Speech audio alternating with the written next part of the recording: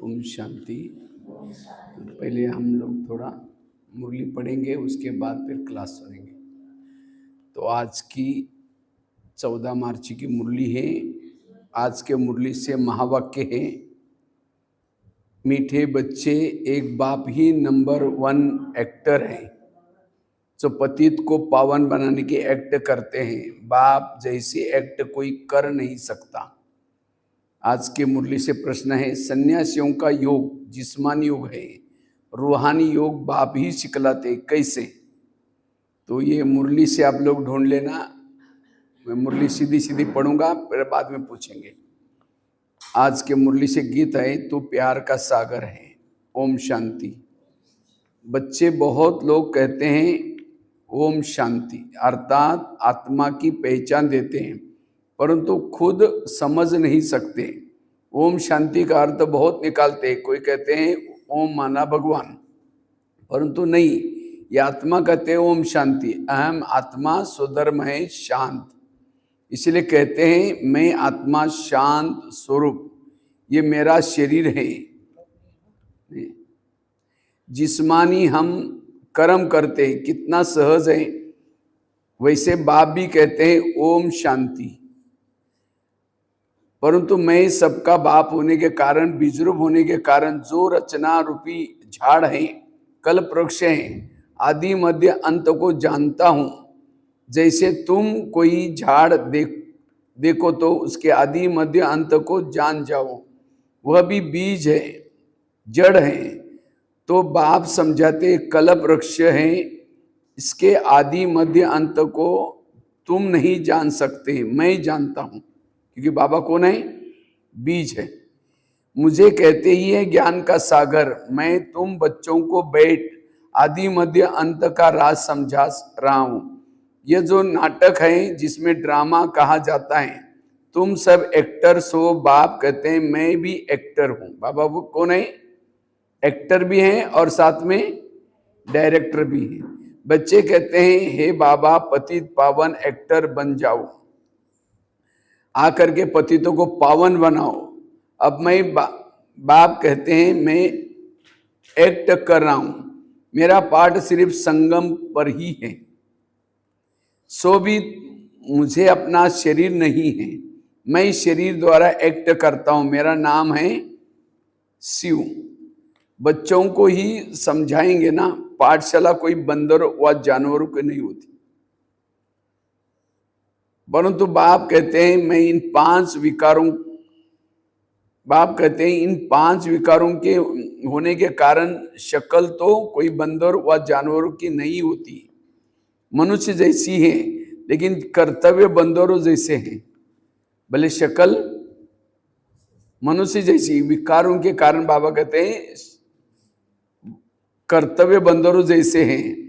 बच्चों को बाप समझाते कि पतित तो सब अपने को बनाते हैं, पतित पावन कौन?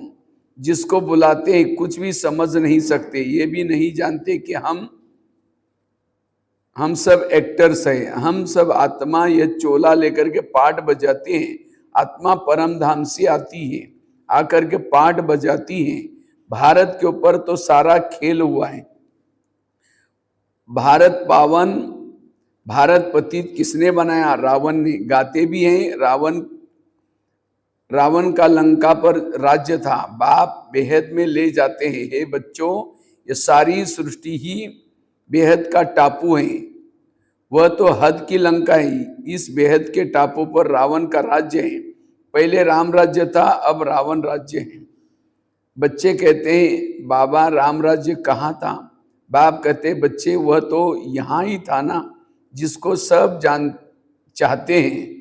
तुम भारतवासी आदि सनातन देवी देवता धर्म के हो, हिंदू धर्म के नहीं हो। मीठे मीठे शिकले दे लाडले बच्चों, तुम ही पहले भारत में थे। तुमको यह सत्ययुग का राज्य किसने दिया था? जरूर हेवनली गॉड फादर ही ये वर्षा देंगे। बाप समझाते कि कितने और धर्मों में कन्वर्ट हो गए। मुसलमानों का राज्य था तो बहुत को मुसलमान बनाया। क्रिश्चियन धर्म कृष्ण का राज्य था तो बहुतों को क्रिश्चियन बनाया। बौद्धियों का तो यहाँ राज्य भी नहीं हुआ, तो भी बहुतों को बौद्धि बनाया, कन्वर्ट किया अपने धर्म में। आदि सनातन धर्म प्राय लोप हो जाए तो फिर उस धर्म की स्थापना हो।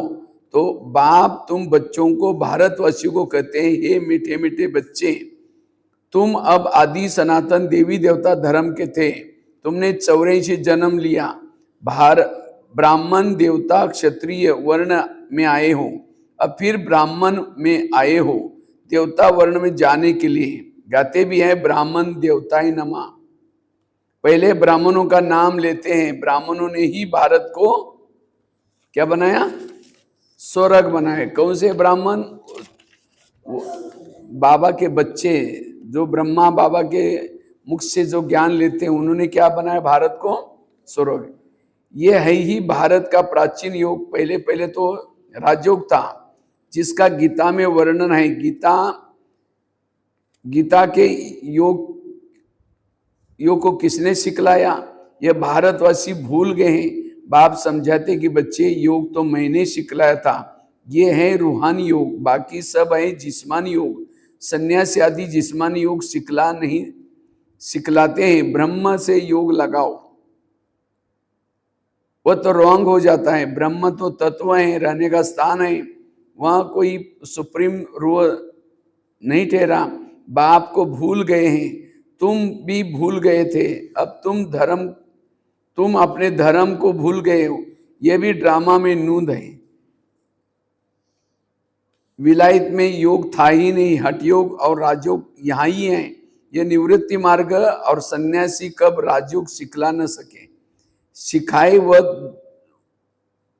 वह जो जानता हो। सन्यासी लोग तो राजाई को भी छोड़ देते हैं। गोपी चंद राजा का मिसाल है ना, राजा ही छोड़ जंगल में चला गया, उसकी भी कहानी है। सन्यासी तो राजा ही छुड़ाने वाले हैं, वह फिर राजयोग कैसे सिखला सकते हैं। इस समय सारा झाड़ जड़जड़ीभूत हुआ है, अभी गिरा की गिरा। कोई भी झाड़ जड़जड़ीभूत हो जाता है तो अंत में गिराना पड़ता है। वैसे मनुष्य सृष्टि का झाड़ भी तमो प्रधान है, इसमें कोई सार नहीं है, इसका जरूर विनाश होगा। इसके पहले आदि सनातन देवी देवता धर्म की स्थापना यहाँ करनी होगी। सतयुग में कोई दुर्गति वाला होता ही नहीं। ये विलायत में जाकर के योग सिखलाते हैं, परंतु वह है हठ योग। ज्ञान बिल्कुल नहीं है, अनेक प्रकार के हठ योग सिखलाते हैं। यह है राजयोग, इसको रूहानी योग भी कहा जाता है। यह सब जिस्मानी है, मनुष्य को सिखलाने वाले हैं। बाप बच्चों को समझाते हैं कि मैं तुमको एक ही बार राजयोग सिखलाता हूं और कोई कदाचित सिखा न सके। रूहानी बाप रूहानी बच्चों को सिखलाते हैं, माँ में कम याद करो, तुम्हारे सब पाप मिट जाएंगे। रूहानी ऐसे कह न सके। बाप आत्माओं को समझाते, ये कोई नई बात नहीं है। बाप तुमको अब देही अभिमानी बना रहे। बाप को देह है ही नहीं, इनके तन में आते हैं, इनका नाम बदल देते हैं, क्योंकि मर्जीवा बने हैं ना। जैसे गृहस्थी जब सन्यासी बनते हैं तो मर्जीवा बने, गृहस्थ आश्रम छोड़ निवृत्ति मार्ग में चले लिया, तो तुम्हारा भी मर्जीवा बनने से ही नाम बदल जाता है। पहले शुरू में सबके नाम लाए थे, फिर जो आश्चर्यवंत सुनंती कतंती भागंती हो गए तो बाप ने तो नाम आना बंद हो गया। इसलिए अब बाप कहते हैं हम नाम दे और फिर भाग जाए तो फालतू हो जाए। पहले आने वालों के जो नाम रखे थे वो बहुत रमणीक थे। शुरू में दादियों के जो ओरिजिनल नाम अलग थे, बाबा ने सबको नाम दिए थे। लेकिन बाबा अभी क्यों नहीं देता? क्योंकि भागंती हो जाते हैं। अब नहीं रखते, उनका रखे तो सदैव कायम भी रहे। बहुतों के नाम रखे फिर बाप को फरकती दे चले गए, इसलिए नाम नहीं बदलते। बाप समझाते कि यह ज्ञान क्रिश्चियन की बुद्धि में भी बैठेगा। इतना समझेंगे कि भारत का योग निराकार बाप ने ही आकर सिखाया था। बाप को याद करने से ही पाप भस्म होंगे और हम घर चले जाएंगे। तो इस धर्म का होगा और कन्वर्ट हो गया होगा तो जरूर ठहर जाएगा। तुम जानते हो कि मनुष्य मनुष्य की सद्गति नहीं कर सकते। ये दादा भी मनुष्य है ना, ये कहते हैं कि मैं किसी की सद्गति नहीं कर सकता हूँ। ब्रह्मा बाबा भी किसी की सद्गति नहीं कर सकता। ये तो बाबा हमको सिखलाते कि तुम्हारी सद्गति भी याद से ही होगी। बाप कहते हैं बच्चों हे आत्माओं मेरे साथ योग लगाओ, तुम्हारे विकर्म विनाश होंगे। तुम पहले गोल्डन एजड प्योर थे, फिर खाद पड़ गई। जो पहले देवी देवता 24 कैरेट सोना थे, अब आयरन एजड में आकर के पहुंचे हैं। ये योग कलब तुमको ही सिखलाना पड़ता है। तुम जानते हो, उसमें भी कोई पूरा जानते हैं, कोई कम जानते हैं, कोई तो ऐसे ही देखने आते हैं कि यहाँ क्या सिखाते हैं। ब्रह्मा कुमार कुमारी इतना ढेर बच्चे हैं, तो जरूर प्रजापिता ब्रह्मा तो होगा ना, जिसके इतने बच्चे आकर के बने हैं, जरूर कुछ होगा। तो जाकर के उनसे भी पूछे तो सही, तुमको प्रजापिता ब्रह्मा से क्या मिलता है, पूछना चाहिए ना, परंतु इतनी बुद्धि नहीं है। भारत के लिए खास कहते हैं, गाया भी जाता है, पत्थर बुद्धि सो पारस बुद्धि, पारस बुद्धि सो पत्थर बुद्धि। सतयुग त्रेता में पारस बुद्धि गोल्डन एजर थे, फिर सिल्वर एजर कला कम हो गई, इसलिए नाम पड़ा चंद्रवंशी। कोई नापास हुए, ये भी पाठशाला हैं। 33 मार्ग से भी नीचे जो होते हैं वो फेल हो जाते हैं। राम सीता फिर उनकी डिनाइस्टी संपूर्ण नहीं है, इसलिए सूर्यवंशी बन न सके। नापास तो कोई होंगे ना, कोई इम्तिहान भी बहुत बड़ा है, क्योंकि बाबा कहते हैं इम्तिहान कैसा है, बहुत बड़ा है। आगे गवर्नमेंट का ICS का बड़ा इम्तिहान होता था, सब थोड़े ही पढ़ सकते थे। कोटों में कोई निकले चाहे कोई, तो हम सूर्यवंशी महाराजा महाराजी बने, तो कोई उनमें भी बड़ी मेहनत चाहिए। मम्मा भी पढ़ रहे हैं श्रीमत से, पहले नंबर में पढ़ते हैं, फिर जो माता पिता को फॉलो करते हैं वही उनके तख्त पर बैठेंगे। सूर्यवंशी 8 डिनाइस्टी चलती हैं, जैसे Edward the first the second चलता है। तुम्हारा कनेक्शन इन क्रिश्चियन से अधिक है, ये क्रिश्चियनों से संबंध हमारा बाबा कहते हैं अधिक है। क्रिश्चियन घराने ने भारत की राजे हब कर दी, बाबा का अथाह धन ले गए, फिर भारत का अथाह धन ले गए। फिर विचार करो, जो सतयुग में कितना अथाह धन होगा, वहां की भेंट में तो यहाँ कुछ भी नहीं है। ये सब खानियां भरतू हो जाती, अब तो हर चीज की खानियां खाली है, फिर चक्र रिपीट होगा, फिर सब खानियां भरतू हो जाएंगी। मीठे मीठे बच्चों, तुम अब रावण पर जीत पा करके राजा ही ले रहे हो। आधा कल्प के बाद रावण राज्य आएगा, फिर तुम राजा ही गवा बैठेंगे। अभी भारतवासी तुम कौड़े मिसल बन गए हो, तुमको हीरे जैसा बनाया था, रावण ने तुमको कौड़ी जैसे बनाया। समझते नहीं कि ये रावण कब आया, हम क्यों उनको जलाते हैं। कहते भी हैं कि रावण तो परंपरा चला आता है, बाप समझाते कि आधा कल्प के बाद ये रावण राज्य शुरू हो जाता है।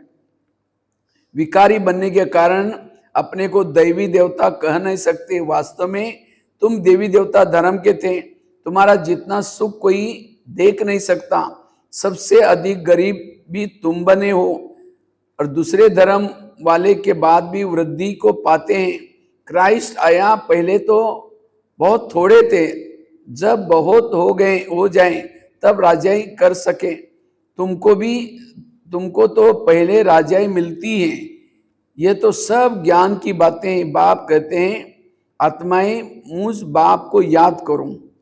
आधा कल्प तुम देही अभिमानी रहे, देह अभिमानी रहे, अब देही अभिमानी बनो। घड़ी घड़ी ये भूल जाते हो, क्योंकि आधा कल्प की कट चढ़ी हुई है।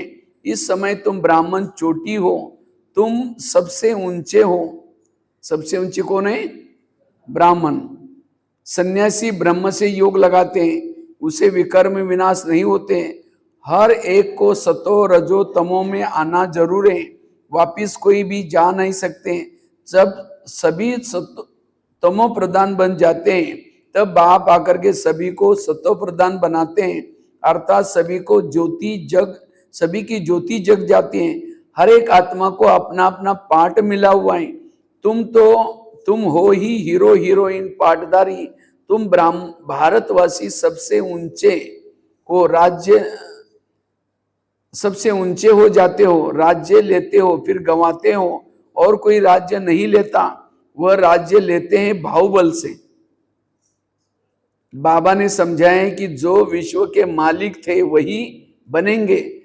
जो सच्चा राजयोग बाप के सिवाय कोई सिखला ना सके, जो सिखाते हैं वह सब अयथार्थ योग हैं, वापिस तो कोई भी जा नहीं सकते, अभी अंत है। सभी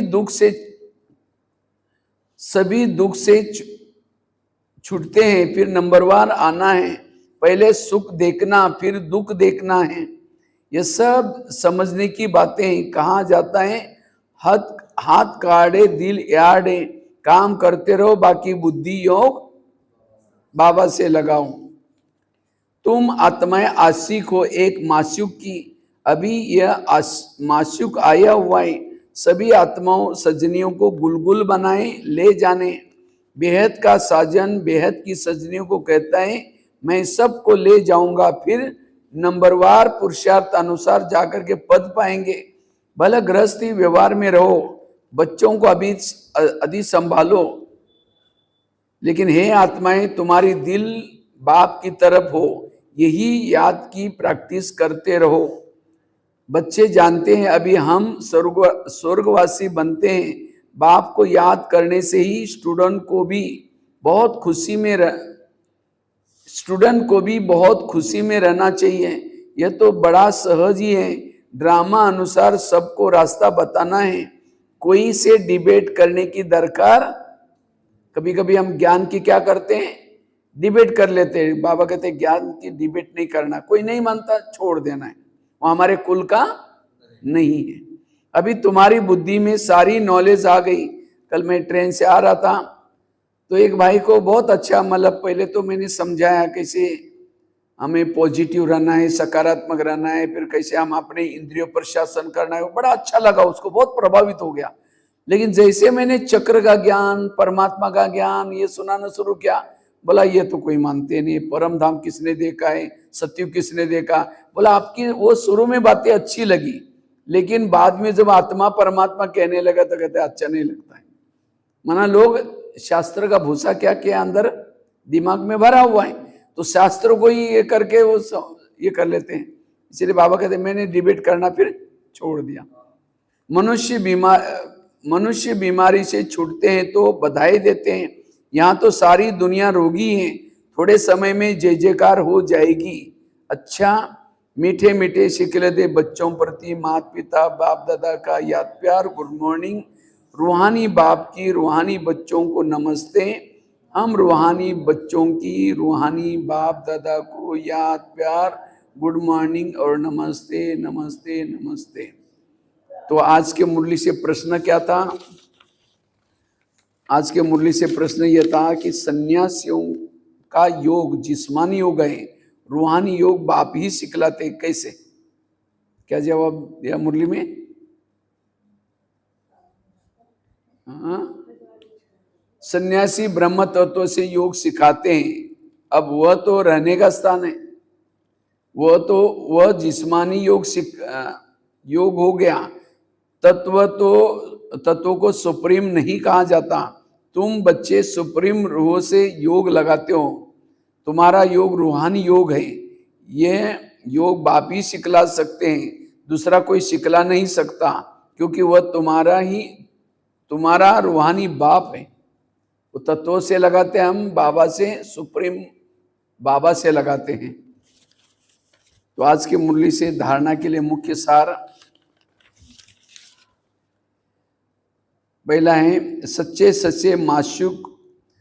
सच्चे आशिक बन, हाथों से काम करते बुद्धि से माशूक को याद करने की प्रैक्टिस करनी है।